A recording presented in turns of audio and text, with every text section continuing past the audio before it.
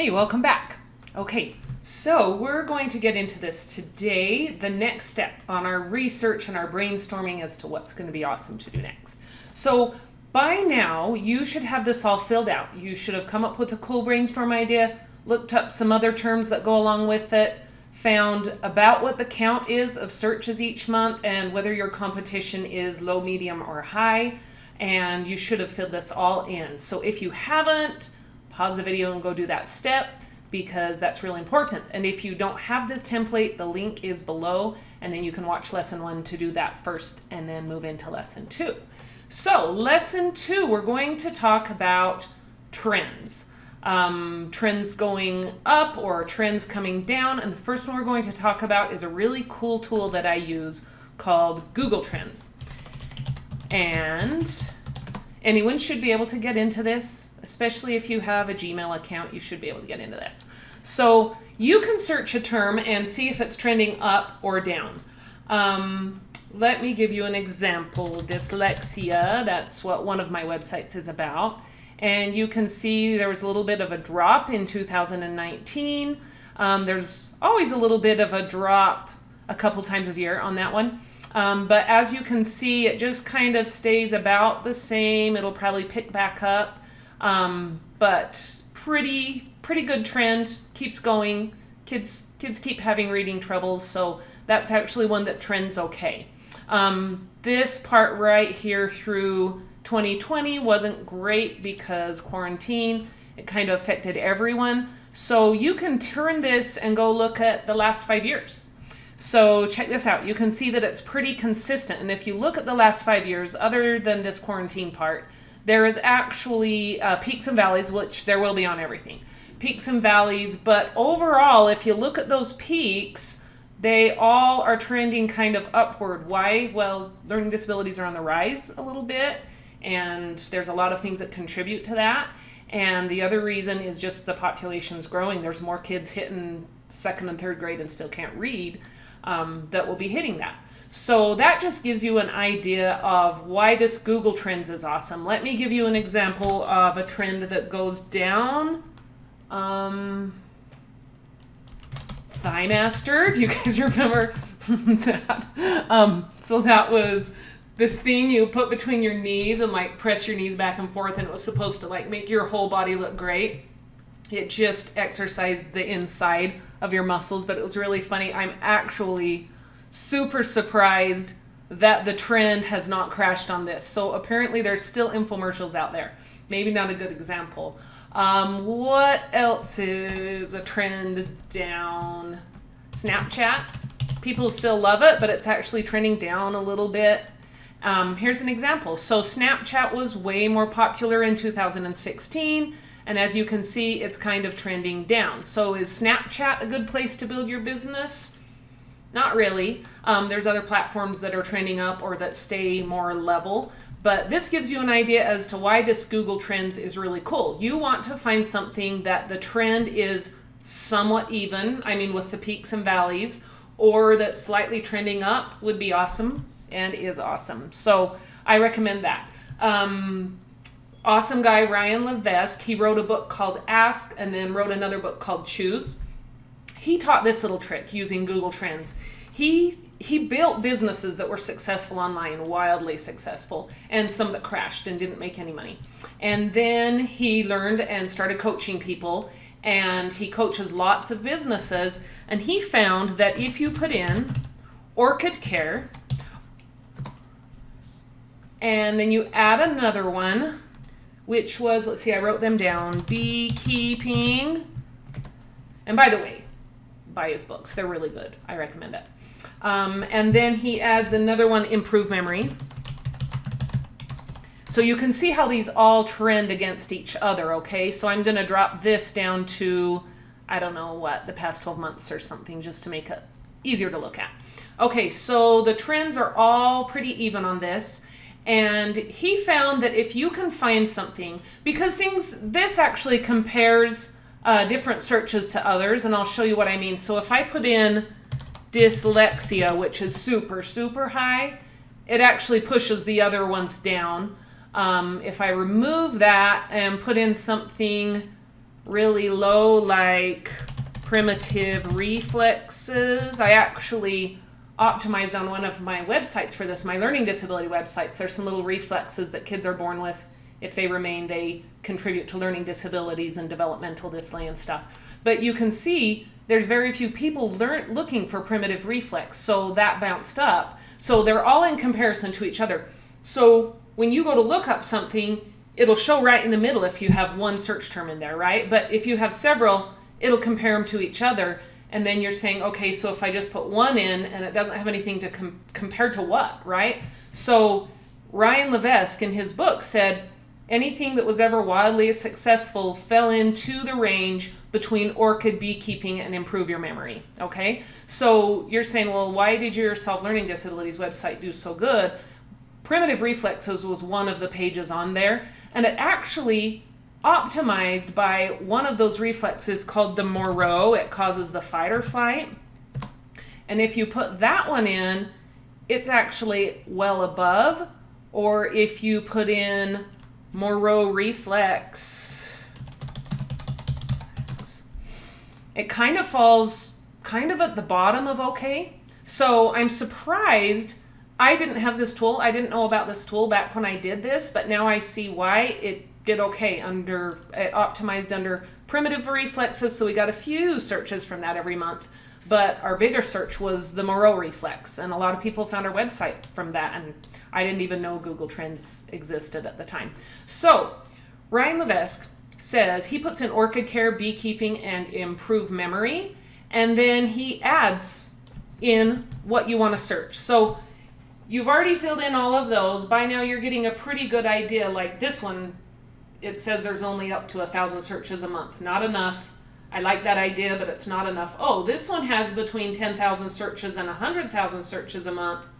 That's very good. So you're kind of starting to pinpoint some of the things that might be a better idea online, okay? So take some of those ideas from your first two pages and plug some of them in. So we were talking about succulent care. So I'm going to put that in as an example. Oh, well look, succulent care is a green line. Notice the dots correlate with the lines so that you know which one you're looking at. The red dot is beekeeping, yellow dot improve memory, and so forth. So succulent care actually falls right into that perfect line of trend and income goodness, really. I mean, what are we talking about here? And it's a fun thing. I'm sure there's quite a few people doing succulent care, but it said the competition was low, so not as many as could be. Okay, now all of you can't go into succulent care at once now, but you're getting the idea. You're getting the idea how to look this up. So on our page here in Google Trends, go write down your 4 best options. Like go look some of those search terms up that you thought had a good search count, had pretty low competition, and was something you would love to write about for the rest of your life, or at least for a couple years. Once you make a successful website, you can make another one and let that one kind of run independently. There's always things, email and posting and stuff like that to do, but you can start this, and it's funny how it kind of changes. So we made our website about learning disabilities, and primitive reflex was one of the things to check if you have a child with learning disabilities, but Google optimized us in primitive reflex. So we went in and changed our website a little bit and focused more on primitive reflex, and it boosts our sales. So sometimes you start putting something out there and see what God blesses you with, and what he blesses you with, you put more time and effort into that. So go look up all of the ones that you thought were a possible good idea from up here and choose like your 4 best. And I don't care if you have more than 4, do more than 4 if you want to, but go look them up in Google Trends. And by the way, you can print several of these pages if you want to look up all of them. Just look them all up and put them down here and right next to them. I mean, some of them you're going to look up and go, oh, like the trend was a flat line there, so I'm for sure not going to do that. Like if it looks like primitive reflexes, and you go in and like the line is so little and there's not a lot of searches, yeah, don't put it on the page. It's kind of self-explanatory. Now another thing, you want to be very careful with. So we remove this one and let's add in, say, dyslexia, like I showed you before. Super high, so high that it pushes the other ones down. And in his book, he's like, that's not a good thing to do. Don't do one that is so high, because you would be surprised how hard it is to get into that niche. So when I went into one that was specifically for reading disabilities, I did have this information. I checked it. And the word dyslexic, I use way more. I used it in my website address. It's dyslexic strategies instead of dyslexia strategies. Makes perfect sense. You can see why. So go check out Google Trends on all of those. And next we're going to talk about some of the products. We'll fill this in after we've done the last page, okay? So go do Google Trends and we'll pause for a second and then come back and I'll show you what to do next.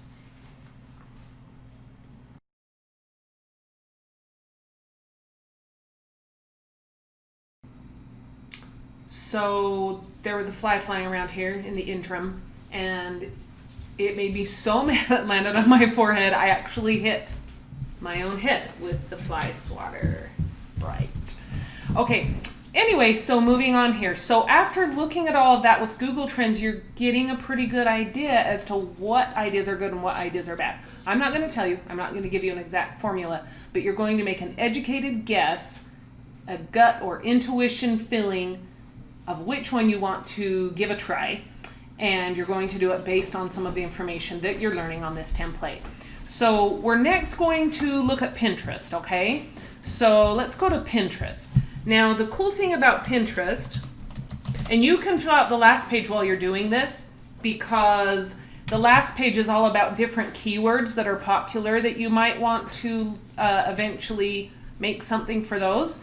And as you start to type in what you're interested in, it gives you all of the really popular ones. So if you're typing in succulents, it comes out on Google, it was succulent care, but on Pinterest here, it's succulents, succulent arrangements, succulent gardens. So you click into this. Now there's no numbers yet. Like later on, you can create a business account on Pinterest and they'll keep some analytics about who's looking for your stuff. But for now, you're just looking to see, hey, are succulents even something that are trending that people are even into? You can tell by looking at this that there are, because there's a lot of posts. I don't believe it's overserved yet, but this gives you a really good idea, and it also gives you a bunch of other keywords up here to go along with succulents, like succulent care, succulent planting, succulent garden. And so you're not only coming up with really good ideas of other keywords, which I'll tell you about the keywords in the future. Those means words that somebody specifically looks up. Succulent care, outdoor succulent, succulent watering, and you can actually optimize in some of those phrases, and some of them are more underserved than others, so you would get more popular quicker, lower competition. So it's really important to look at some of these other keywords while you're doing it, both when you fill the word in up here as well as the ones that pop up at the top. And then you want to just kind of click in, see where they take you, go down the rabbit hole a little, go to their websites, click over to their websites, maybe go look at their Facebook and see how popular they are, and see if this is something that a lot of people are getting into. I'm telling you, they are. Page after page of great posts. Some of them you can tell are just done with people's phones, and that's fine. Make it simple, keep it simple. And succulents looks like a really good option, right? So you go back to your file and you fill in a couple of the products. One of them I wanted to point out here, I am going to teach you guys that some succulent, hold on. There are things in every industry where you can actually have your download or your product be electronic or informational. And this is really important because it doesn't matter if you sell 1 or 1,000, you do the same amount of work. You make it once, you put it online, and if it sells, we can show you how to make it all electronically delivered to them so that you don't even have to go in and email it to them. And there's lots of platforms to do this. And it's not popping up here, but I know that there's some little printables that are succulent care cards that you can add in if you send someone, or excuse me, succulent care cards that you can add in if someone else, I saw them on Etsy. Oh, here they are. So these are little printables. Okay, I'm going to go over to Etsy to show you guys this.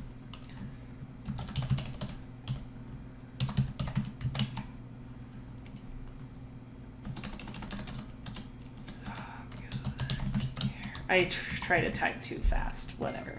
Okay, so they're so cool because these are just little cards that you can pay $3.59 for. They email you or Etsy sends you the download right to your email. You pull them up, you print them, you put them in with the little box of succulents that you send your friend. And the person that's doing these only created it once, probably on Adobe Illustrator, uploaded it to her little Etsy store, and now every time somebody adds to cart and buys it, she gets money in her bank and she doesn't have to do a thing for it. Imagine if you had 20 or 30 products, simple and easy like this, and they're just downloads. So there are things you can do, even with physical products, there's things that you can do that are downloadable that makes you a lot of income and gives you a lot of free time. So I remember when I made my first sell online, we made an ebook. And I'm sure you're thinking like, well, you can't make an ebook about succulents, but I'm telling you, whatever you come up with, you probably can make an ebook about it. And we made an ebook on learning disabilities, and we're in the very beginning sold it for $14.95. And I remember the very first day I got a sell, I got an email that said sell, and it was $14.95. And then I noticed there were 2 emails that we had sold 2 of those. Best day ever, because that's when I realized, hey, you really can do this. You can sit here and make money and check your email and see how much money you made that day. And it doesn't matter if I had sold 2 that day or 2,000, it still would have been the same amount of work for me checking my email. Oh, I made a sell. How fun. So downloadable information, we're going to go heavy into that. A physical product, fine. That's great, but you can only sell as many items as you can produce and ship, or hire someone to produce and ship. So I'm not saying don't do a physical product. I'm saying if you sell a box of succulents, for example, make sure you have some downloads, like little cards that they can buy and print and go with those, so that some of your income is passive and really simple. Okay, so in Amazon, that kind of went into Etsy. I know you're thinking, well, what do I fill in on the box? Just make notes. You can't get numbers of trends, but just make notes. Put in what were the 4 best that you found on Etsy. What were the 4 best things that you think looked great on Pinterest? And then go do it on Instagram. See how many followers, how many people are following the hashtag succulent care, and it'll give you an idea. Like if there's 100 people following that hashtag, probably not a good thing, or it might be a good thing, but your audience might not be on Instagram. And so just check it out. And this is part of your research. There's, like I said, there's no formula, but it gives you a really good idea as to what's popular and where they are trending. Okay. So go look up a few of or all of them if you want to, and then fill in the ones that are the very best. And if you want to print 2 of these pages so that there's 8 best and narrow them down later, you can do that. But on Etsy, on Instagram, on Pinterest, just go start typing in the ideas that you came up with on the first pages up here and that passed your Google Trends. Now go look in Pinterest, Insta, Etsy, and Amazon and just see. Write down the products. What are some of the products that are selling, especially ones that can be delivered electronically through email? And fill them in here and put in what your 4 favorite are, or more than that if you want to do that. Okay, so go do that, and we'll take a quick break and then come back. This last page, we've already kind of gone into this last page, but we're just going to do a little better job of it on this one. So take a break and then we'll do this.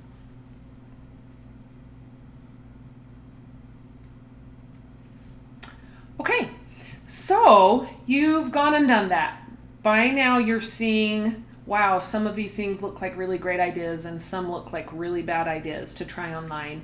And I want you to take some of your favorites from the last page And we're going to go down, we're going to look, and I kind of just showed you how to do this while I was showing you other things.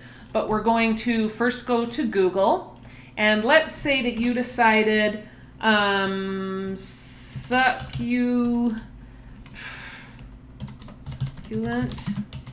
care outdoors,